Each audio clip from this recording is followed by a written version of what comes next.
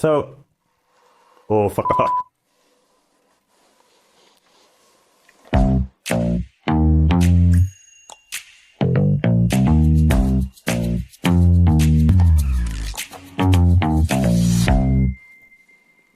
Good morning, viewers. Welcome to a new video. Today we have a package, and it definitely contains a spider.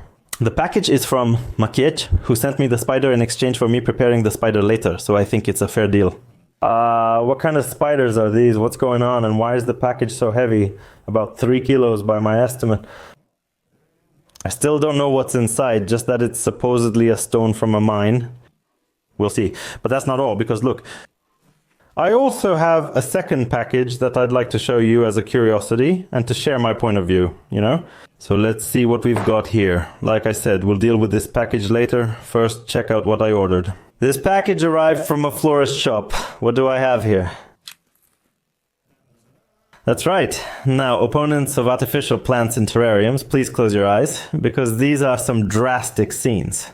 Listen, I ordered some artificial tillandsias for myself. Why? My point of view is that, in general, I'm actually not a big fan of artificial plants in terrariums. The really tacky ones, where it's obviously fake and a bit kitschy.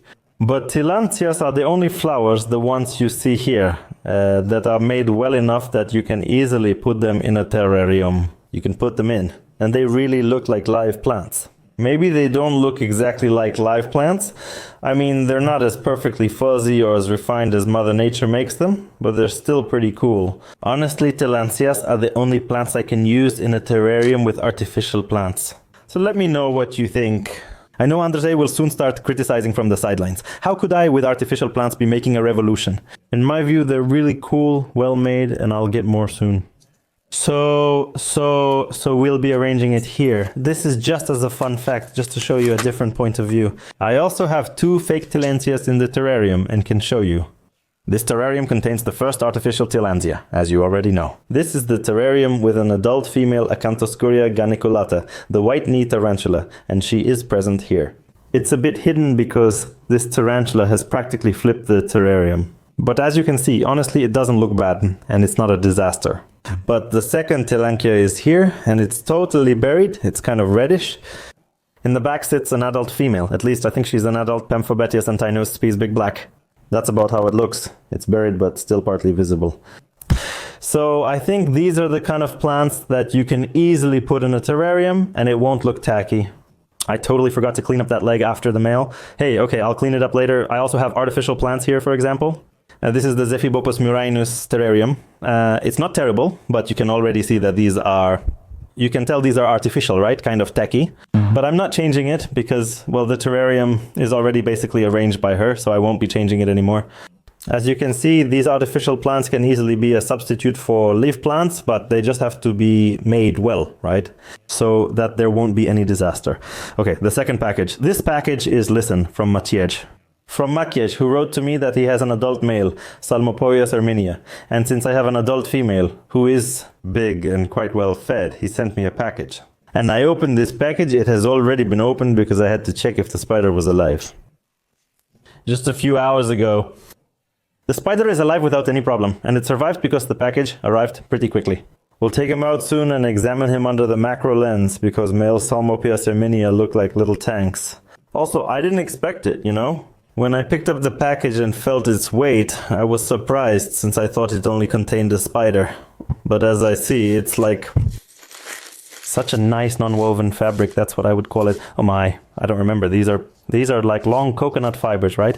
Maybe palm fibers or something similar. Anyway, it's a nice cover. What else is here? Wow. Aha, so this one's the heaviest. It weighs a lot, maybe even 5 kilos. We also have some nice scraps of cork tubes. They'll be useful for the article. And this? I don't know what this is. I shouldn't cut it with the scalpel, right? What could it be? Oh my gosh. The rest in tweezers.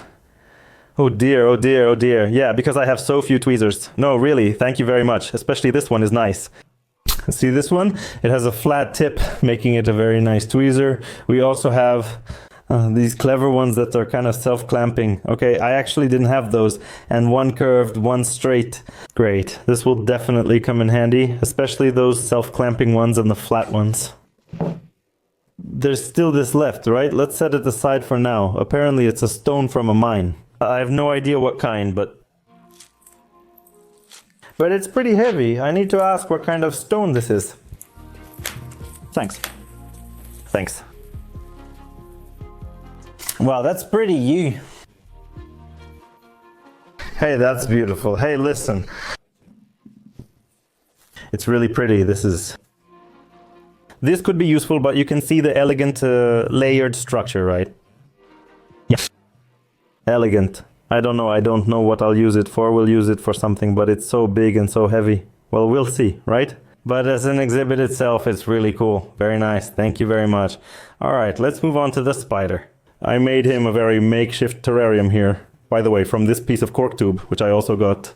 This is just a temporary home for him. Later, we'll give him to the female. It's just that I think I'll still need to feed the female a bit more. The spider is roaming free, just so you know. Oh, right. Well, hello. And now what exactly is this? As you can see, it's kind of gray, a bit of orange, hairy, really nothing special. No, actually, this male is really cool. These spiders are really beautiful. And as I mentioned, it's a Psalmopoeus erminia, which is... Whoa, well, hello. Which means... Oh, so fast. Houston, we have a problem. A spider is crawling over there.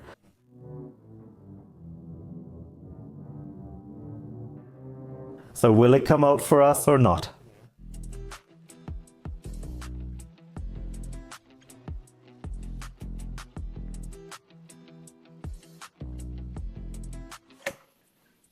Oh, it even fell off. Great. Now it's crawling around so fast. Oh no, it went under the cabinet. That's the worst. All right, now let's figure out how to get it out of there and where it even is. Where are you? Oh, there it is. There it is, there it is, there it is, you see. It's walking around.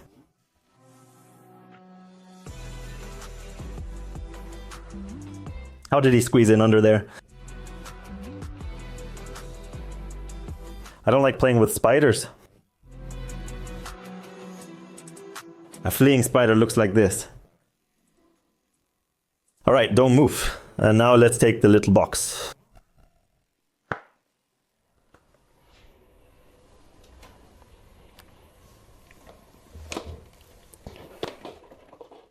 We did it. Phew. All right, we got the old man. I hope he won't run away a second time because I really don't feel like chasing him anymore. So the little spider looks like this. As you can see, it's quite nice. Well, except that this is an adult male, so he won't live much longer. As I said, it's a Psalmopoeus erminia, the Venezuelan sun tiger tarantula. I'll show you a cutaway of my female here. Did you see him? Acting tough like a little smart guy.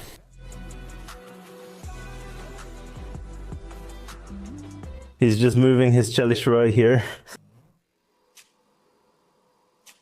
He's a total nutcase.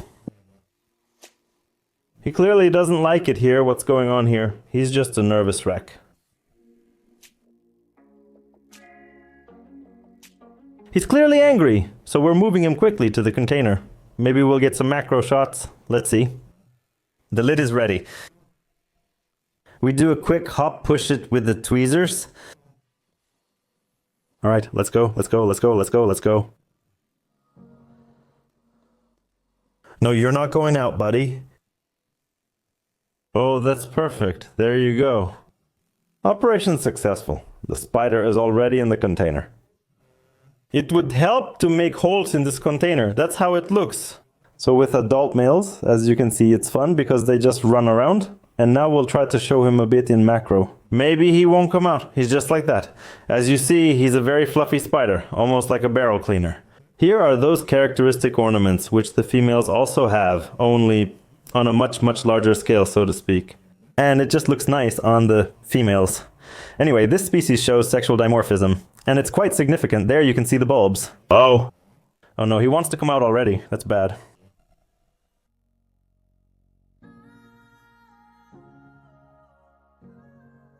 No, the little spider is cute. You can't call it ugly, especially with those ornaments. Nice spider. I just hope the female doesn't eat him, because that would be awkward. And then I'd have to make some kind of compensation here. And those fluffy back legs. Great, since we already have an adult male sorted out, I think I can also show you a female. You'll see the sexual dimorphism in this spider. It's generally known for being fast and jumpy. Earlier I recorded an episode where I discussed it in detail.